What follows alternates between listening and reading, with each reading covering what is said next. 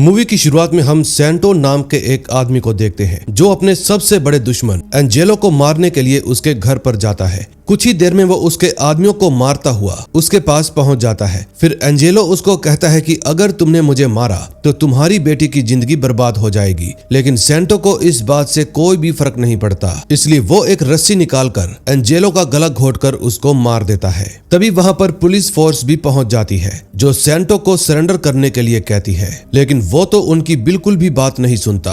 अब police force Santo के ऊपर अंधाधुंध गोलियां चलाकर उसको घायल कर देती है। फिर इसी दौरान वो अपने चेहरे पर एक हल्की सी मुस्कान लिए अपनी बेटी सोफिया के बारे में सोचने लगता है और कहानी फ्लैशबैक में चली जाती है। ये है सोफिया जो अपने आइस हॉकी गेम का फाइनल मैच खेल रही थी और इसके माता पिता सैंटो और इनग्रिड दोनों ही यहाँ पर मौजूद थे। तभी सोफिया मैच के आखिरी वक्त में अच्छा खेलकर अपनी टीम को जिता देती है और सभी लोग उसकी परफॉर्मेंस से बहुत ज्यादा खुश भी हो जाते हैं। फिर मैच खत्म होने के बाद सोफिया अपने बॉयफ्रेंड हाकिम से आकर मिलती है। वहीं दूसरी तरफ सैंटो दूर खड़ा होकर ये सब कुछ देख रहा था। तभी इनग्रिड उसको कहती है कि तुम्हें चिंता करने की बिल्कुल भी जरूरत नहीं है, हाकिम अच्छा लड़का है, वो सोफिया को कभी भी नुकसान नहीं पहुंचाएगा। फिर सैंटो कहता है कि मैं ये बात अच्छे से जानता हूँ क्योंकि हाकिम को भी पता है कि अगर उसने सोफिया को कोई भी तकलीफ दी तो मैं उसे जिंदा नहीं छोड़ूंगा। तभी कुछ देर बाद सोफिया अपनी फैमिली के पास आती है और जब सभी कार में बैठने लगते हैं तो वो सैंटो से कहती है कि पापा आपने मुझे वादा किया था कि अगर मैं फाइनल मैच जीत जाऊंगी तो आप मुझे कार चलाना सिखाओगे, लेकिन सैंटो कहता है कि पहले तुम घर चलो, कार के बारे में हम फिर कभी बात करेंगे। तभी कुछ देर बाद ये सब लोग अपने घर पर पहुंच जाते हैं जहां हमें पता चलता है कि सैंटो शहर से बहुत दूर एक शांत इलाके में रहता है। उसे दूसरे लोगों के साथ घुलना मिलना बिल्कुल भी पसंद नहीं। अगले सीन में हम देखते हैं सैंटो सोफिया को कार सिखाने के लिए एक खराब रास्ते को चुनता है ताकि वो अच्छी ड्राइवर बन सके। फिर कुछ देर की प्रैक्टिस के बाद दोनों थोड़ा आराम करने के लिए एक शांत जगह पर रुकते हैं जहां सोफिया सैंटो से कहती है, पापा मैं हाकिम के साथ अगले हफ्ते बाहर घूमने जाना चाहती हूँ, क्या आप मुझे उसके साथ जाने की परमिशन दे सकते हो? पहले तो सैंटो थोड़ी देर सोचता है और फिर जवाब देता है कि तुम जा सकती हो, लेकिन याद रखना तुम समय पर घर आ जाओगी, तुम्हारी माँ से मैं खुद बात कर लूंगा। अब ये बात सुनकर सोफिया बहुत खुश हो जाती है, जिसके बाद वो दोनों कुछ देर और वहां पर बिताते हैं। तभी शाम होते ही सैंटो कहता है कि अब हमें घर चलना चाहिए, लेकिन सोफिया कहती है पापा हमें इस पल को यादगार बनाना चाहिए, क्या हम एक सेल्फी खींच सकते हैं?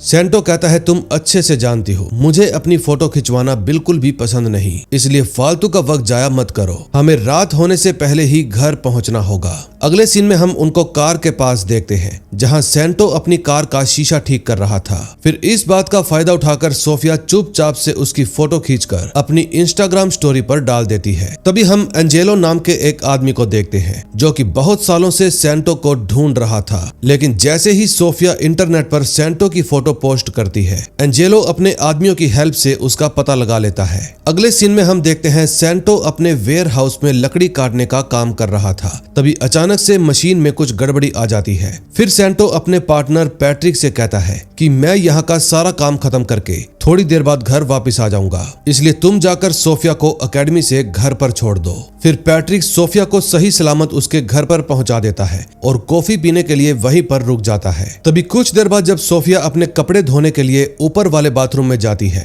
तो अचानक से घर के अंदर दो अनजान आदमी घुस जाते हैं और उन्होंने सिर के ऊपर कैमरा भी लगाया हुआ था। दरअसल ये दोनों एंजेलो के ही आदमी हैं जो सैंटो की पूरी फैमिली को खत्म करने के लिए आए हैं। फिर घर के अंदर आते ही ये लोग सबसे पहले सैंटो की वाइफ इनग्रिड के ऊपर हमला कर देते हैं। फिर उसकी आवाज सुनकर पैट्रिक उसको बचाने के लिए जाता है, लेकिन वो दोनों किलर्स उसको भी मार डालते हैं और फिर इनग्रिड की भी जान ले लेते हैं। अब घर में हो रहे शोर को सुनकर सोफिया नीचे जाती है और अपनी माँ को मरा हुआ देखकर उसके होश उड़ जाते हैं। फिर वो डर के मारे अपने रूम की तरफ भागती है, लेकिन तभी वो दोनों किलर्स उसका पीछा करने लगते हैं, लेकिन सोफिया तो किसी तरह से बचकर जंगल में भाग जाती है। अगले सीन में हम सैंटो को देखते हैं जो कि अपना सारा काम खत्म करके घर पर पहुंच गया था। फिर जैसे ही वो अंदर आता है उसके पांव तले से जमीन खिसक जाती है क्योंकि वहां पर पैट्रिक और इनग्रिड दोनों ही मरे पड़े थे। उनको देखकर सैंटो जोर जोर से रोने लगता है। इतने में सोफिया भी घर वापस आ जाती है। फिर सैंटो उसके पास आकर उसको कहता है कि हमें तुरंत यहाँ से निकलना होगा क्योंकि हमारी जान को खतरा है। फिर रास्ते में सोफिया सैंटो से पूछती है कि आप मुझसे क्या छुपा रहे हो और हम माँ को ऐसी हालत में छोड़कर क्यों क्यों भाग रहे हैं। वो ये बात बार बार पूछ रही थी, इसलिए सैंटो उस पर चिल्लाते हुए कहता है कि फिलहाल तुम शांत रहो, मैं तुम्हें कुछ नहीं बता सकता,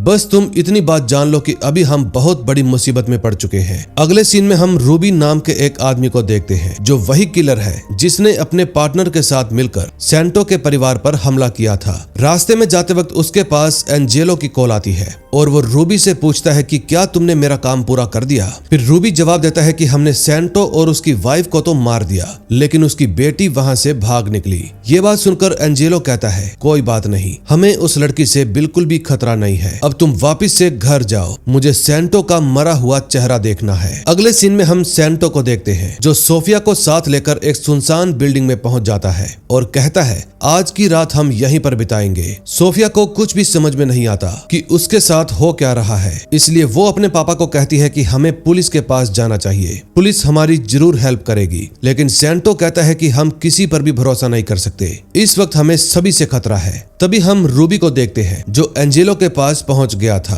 फिर वो एंजेलो को एक वीडियो देता है जो उसने सैंटो के परिवार को मारते वक्त रिकॉर्ड की थी। फिर वीडियो को बड़े ही ध्यान से देखने के बाद एंजेलो समझ जाता है कि रूबी ने किसी और ही आदमी को मार दिया है, इसलिए वो रूबी को कहता है कि तुम एक भी काम ठीक से नहीं करते, सैंटो अभी भी जिंदा है, जाओ जाकर उसको ढूंढो और इस बार कोई भी गलती नहीं होनी चाहिए, मुझे सैंटो का मरा हुआ चेहरा देखना है। वहीं दूसरी तरफ सैंटो अपने बाल और दाढ़ी काटकर अपनी पूरी लुक चेंज कर लेता है। इसके बाद वो एक बॉक्स खोलता है जिसके अंदर बहुत सारे पैसे, हथियार और फोन रखे हुए थे। जिस समय सैंटो उनको चेक कर रहा था तो सोफिया कहती है कि आप मुझे इतना तो बता ही सकते हो कि वो लोग कौन थे और उन्होंने माँ को क्यों मारा। फिर सैंटो उसको पूरी सच्चाई बताते हुए कहता है कि मैं पहले एक बुरा इंसान हुआ करता था, मेरा जन्म माफिया खानदान में हुआ था जहाँ का सिर्फ एक ही रोल था, या तो मरो या फिर मारो, लेकिन तुम्हारी माँ से मिलने के बाद मैं पूरी तरह से बदल गया। मैंने फैसला किया कि मैं उस जालिम दुनिया को छोड़कर एक शांत जिंदगी जीऊंगा। फिर मैंने हमेशा अपनी पहचान को छुपा कर रखा, यहाँ तक कि मैंने अपना असली नाम भी किसी को नहीं बताया कि मेरा असली नाम डोमेनिको है। लेकिन पता नहीं मेरे दुश्मनों को मेरी खबर कैसे मिल गई। ये बात सुनकर सोफिया पूछती है कि क्या आप इसी वजह से फोटोज नहीं खिंचवाते थे? अगर आपने मुझे ये सच्चाई पहले बताई होती तो मैं कभी भी आपकी फोटो इंटरनेट पर नहीं डालती और ना ही कभी माँ की जान जाती। इन सारी बातों को सुनकर सैंटो उससे माफी मांगता है और फिर वो अपने बैग में जरूरी सामान रखकर अपनी कार रेडी करने लगता है। फिर इसी दौरान वो सोफिया को एक फोन देते हुए कहता है कि तुम इसका इस्तेमाल तभी करना जब बहुत ज्यादा इमरजेंसी हो, वरना मैं खुद ही तुम्हारे पास कॉल करूंगा। अभी मुझे एक जरूरी काम करने के लिए जाना है, लेकिन तुम चिंता मत करो, मैं कुछ ही देर में वापस लौट आऊंगा। इतना कहकर सैंटो वहां से चला जाता है। कुछ देर बाद सुबह हो जाती है, लेकिन सैंटो अभी तक वापस नहीं आया था, इसलिए सोफिया को डर लगने लगता है और वो सैंटो को कॉल करने के बजाय अपने बॉयफ्रेंड हाकिम के पास कॉल कर देती है और कहती है कि तुम मुझे यहाँ से ले जाओ, अब मैं पापा के साथ बिल्कुल भी रहना नहीं चाहती।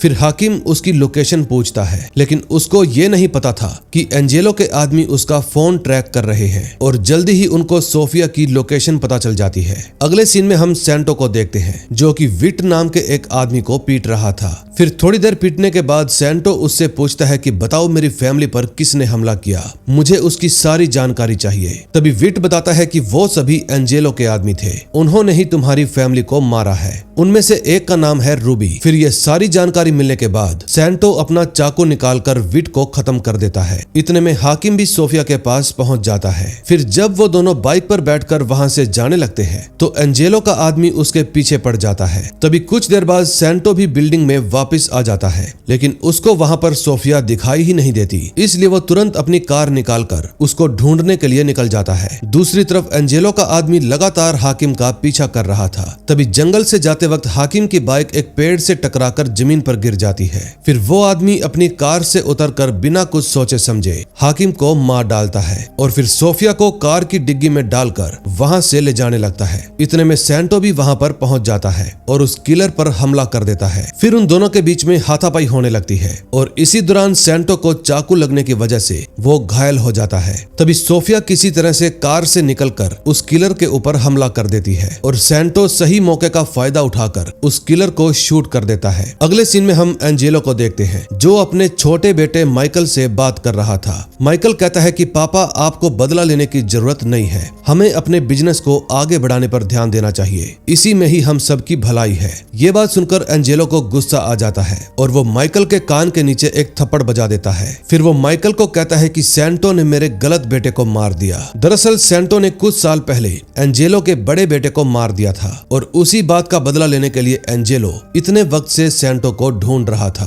तभी हम सैंटो को देखते हैं जो सोफिया के साथ रास्ते में आगे बढ़ रहा था। तभी उसको कार चलाने में दिक्कत होती है क्योंकि चाकू लगने की वजह से उसका खून बह गया था। थोड़ी देर बाद वो दोनों ही एक स्टोर के पास आकर रुकते हैं। फिर सोफिया अंदर जाकर सैंटो के लिए कुछ दवाइयां खरीदती है, लेकिन तभी न्यूज के जरिए उसको पता चलता है कि पुलिस वाले अब उनको हर जगह पर ढूंढ रहे हैं। फिर ये बात पता चलते ही वो जल्दी से स्टोर से बाहर आकर सैंटो को सारा सामान दे देती है और फिर जल्दी ही वो लोग कार में बैठ जाते हैं। लेकिन इस बार सोफिया कार चलाने का फैसला करती है। फिर सैंटो उसको कहता है कि हमें मिलन शहर में जाना है, वहीं पर जाकर मेरे बदले की कहानी खत्म होगी। फिर वो दोनों अपने सफर पर निकल पड़ते हैं। थोड़ी दूर जाते ही सैंटो सोफिया से कहता है कि हमें अपनी कार बदलनी होगी। इसके बाद वो दोनों जल्दी से कोई और कार चुराकर फिर से अपना सफर शुरू करते हैं। तभी हम एंजेलो को देखते हैं जो कि अपने साइबर डिपार्टमेंट के एक दोस्त फेरारियो से बात कर रहा था। इसी इंसान की हेल्प से एंजेलो ने पहले भी सैंटो को ढूंढा था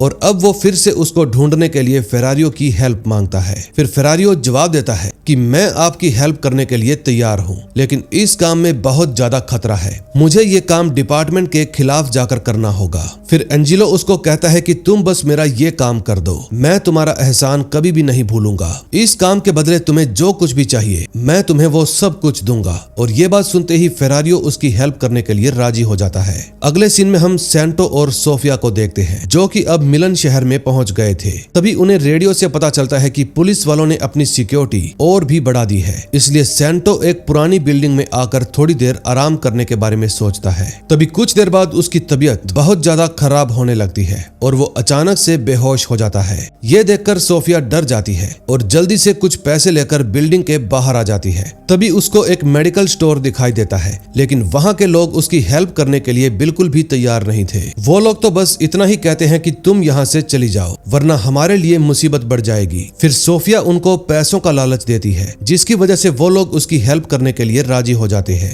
अब जल्दी ही सैंटो का इलाज शुरू हो जाता है। कुछ देर की मेहनत के बाद आखिरकार उसको होश आ ही जाता है। फिर वो सोफिया से इस सब के लिए माफी मांगता है और कहता है बेटा तुम चिंता मत करो, मैं सब कुछ ठीक कर दूंगा। फिर वो लोग वहां से निकलने की भी तैयारी करते हैं। दूसरी तरफ फेरारियो अपने सीसीटीवी कैमरा की हेल्प से सोफिया के चेहरे की पहचान कर लेता है और कुछ ही देर बाद उसको उनकी लोकेशन का भी पता चल जाता है। तभी रूबी तुरंत अपने आदमी के साथ वहां पर पहुंच जाता है, लेकिन उसको आने में देर हो जाती है और उसके पहुंचने से पहले ही सैंटो वहां से निकल जाता है। अब फेरारियो फिर से उसकी लोकेशन को ट्रैक करता है और रूबी को बताता है कि वो लोग पास की ही एक पुरानी मेडिकल बिल्डिंग में है। अगले सीन में हम सोफिया को देखते हैं। वो सैंटो के बताए हुए तरीके से एक वैन चुराकर मेडिकल बिल्डिंग की तरफ निकल पड़ती है। इतने में रूबी भी अपने आदमी के साथ वहां पर पहुंच जाता है और फिर थोड़ी बहुत छानबीन करने के बाद उसको सैंटो भी मिल जाता है। तभी देखते ही देखते उनके बीच में हाथापाई शुरू हो जाती है। फिर रूबी कहता है कि मैं तुम्हें तुम्हारी पत्नी की तरह ही मार डालूंगा।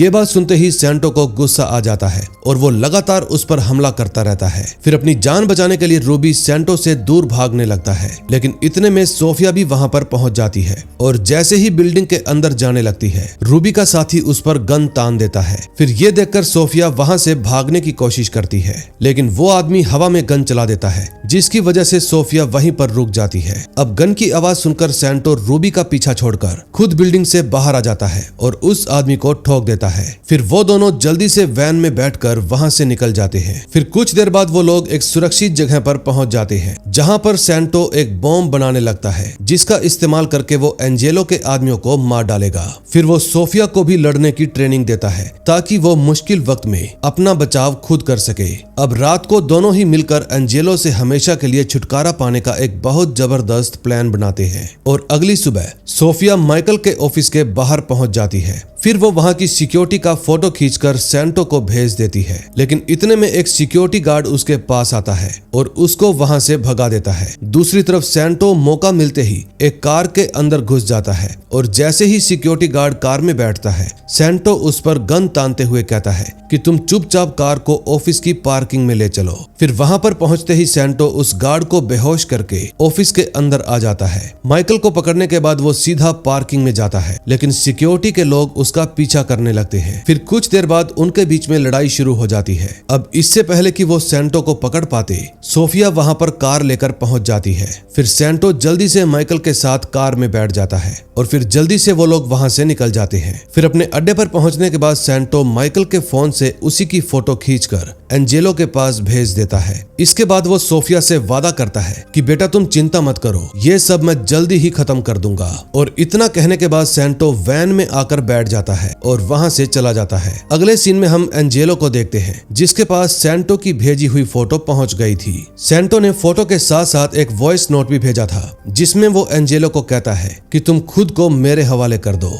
इसी में तुम्हारी भलाई है। मैं चाहता हूं कि तुम कल सुबह तक पुलिस के सामने अपने सभी गुनाह कबूल कर लो और तुम्हारे साथ साथ जितने भी पॉलिटिशियन और ऑफिसर शामिल हैं, मुझे उन सब का भी नाम न्यूज में दिखना चाहिए। अगर तुमने मेरी बात मान ली तो मैं तुम्हारे बेटे को छोड़ दूंगा, लेकिन अगर तुमने ऐसा नहीं किया तो मैं इसके टुकड़े टुकड़े करके जानवरों को खिला दूंगा। ये बात सुनकर एंजेलो को बहुत गुस्सा आ जाता है और फिर वो फेरारियो की हेल्प से फिर से सैंटो की लोकेशन का पता लगा लेता है और रूबी से कहता है कि इस बार मुझे उसकी लाश चाहिए। फिर रूबी अपने सबसे खतरनाक लोगों को साथ लेकर सैंटो की लोकेशन पर पहुंच जाता है। वहां उसको सैंटो की वैन भी दिख जाती है, लेकिन जैसे ही सब लोग वैन को चेक करने के लिए जाते हैं तो सैंटो एक एक करके सभी को स्नाइपर गन से मार डालता है, जिसके बाद वो वैन में रखे बॉम्ब का बटन दबा देता है और धमाके में सभी गुंडे मारे जाते हैं। अब धमाके के बाद रूबी एकदम चौकन्ना हो जाता है। तभी थोड़ी देर बाद आखिरकार उसका सामना सैंटो से हो जाता है। फिर उन दोनों के बीच में काफी देर तक खतरनाक लड़ाई चलती है, लेकिन सैंटो बड़ी ही चालाकी से उसको मौत के घाट उतार देता है। अगले सीन में हम सोफिया को देखते हैं। वो माइकल को पानी पिला रही थी। तभी माइकल उसको कहता है, प्लीज मुझे माफ कर देना, मेरे पिता की वजह से तुम्हें इतनी सारी मुश्किलों का सामना करना पड़ा। फिर सोफिया उसको कहती है कि तुम जानते थे तुम्हारे पिता एक माफिया है और फिर भी तुमने उनका साथ दिया। माइकल कहता है, प्लीज मेरा विश्वास करो, मैं कोई भी लड़ाई नहीं चाहता। फिर वो सोफिया को सैंटो के खिलाफ भड़काने लगता है, लेकिन इससे पहले कि सोफिया उसकी बातों में आती, उसके पास सैंटो की कॉल आ जाती है और वो कहता है, बेटा मुझे माफ कर देना, अब मैं जो कुछ भी करने जा रहा हूँ वो हमारे प्लान का हिस्सा नहीं था। ये बात सुनकर सोफिया समझ जाती है कि सैंटो एंजेलो को मारने जा रहा है। फिर वो रोते हुए कहती है, पापा आप मेरे साथ ऐसा मत कीजिए, अगर आपको कुछ हो गया तो मैं अकेली पड़ जाऊंगी। लेकिन सैंटो उसको आखिरी अलविदा कहकर कॉल कट कर देता है। लेकिन तभी फेरारियो भी उनकी लोकेशन को ट्रैक कर लेता है। अब पुलिस की एक टीम सैंटो के पीछे पड़ जाती है और दूसरी टीम सोफिया की लोकेशन पर पहुंच जाती है। लेकिन सैंटो तो सबको चकमा देकर एंजेलो के घर पर पहुंच जाता है और उसके सभी आदमियों को बड़ी ही बेरहमी से मारने लगता है। फिर जब वो एंजेलो के पास जाता है तो एंजेलो कहता है कि अगर तुमने मुझे मारा तो तुम्हारी बेटी की जिंदगी बर्बाद हो जाएगी। लेकिन सैंटो को इस बात से कोई भी फर्क नहीं पड़ता था। फिर वो एक रस्सी निकालकर एंजेलो का गला घोटकर उसको मार डालता है। कुछ ही देर में वहां पर पुलिस फोर्स भी आ जाती है और फिर सभी ऑफिसर सैंटो को सरेंडर करने के लिए कहते हैं, लेकिन वो तो उनकी बात मानता ही नहीं। फिर पुलिस फोर्स उसके ऊपर धुआंधार गोलियां चलाने लगती है और उसको हमेशा के लिए खत्म कर देती है। तभी हम सोफिया को देखते हैं जो बहुत रो रही थी, लेकिन इतने में एक पुलिस की टीम वहां पर आ जाती है और वो लोग माइकल को बचा लेते हैं। अब कहानी कुछ दिन आगे जाती है, जहां हम सोफिया को यूथ डिटेंशन सेंटर में देखते हैं। अब जैसे ही वो 18 साल की होगी, सरकार उसको रिहा कर देगी, जिसके बाद वो अपनी आगे की जिंदगी खुद ही जी सकती है। अब देखते ही देखते कुछ वक्त और बीत जाता है और एक दिन माइकल सोफिया से मिलने के लिए आता है। माइकल कहता है कि हमारे बीच में लड़ाई खत्म हो चुकी है, मैं अब और कोई भी मुसीबत नहीं चाहता, इसलिए यहाँ से निकलने के बाद अगर तुम्हें किसी भी चीज की जरूरत हो तो तुम बेझिझक मुझे बता सकती हो, मैं तुम्हारी हेल्प जरूर करूंगा।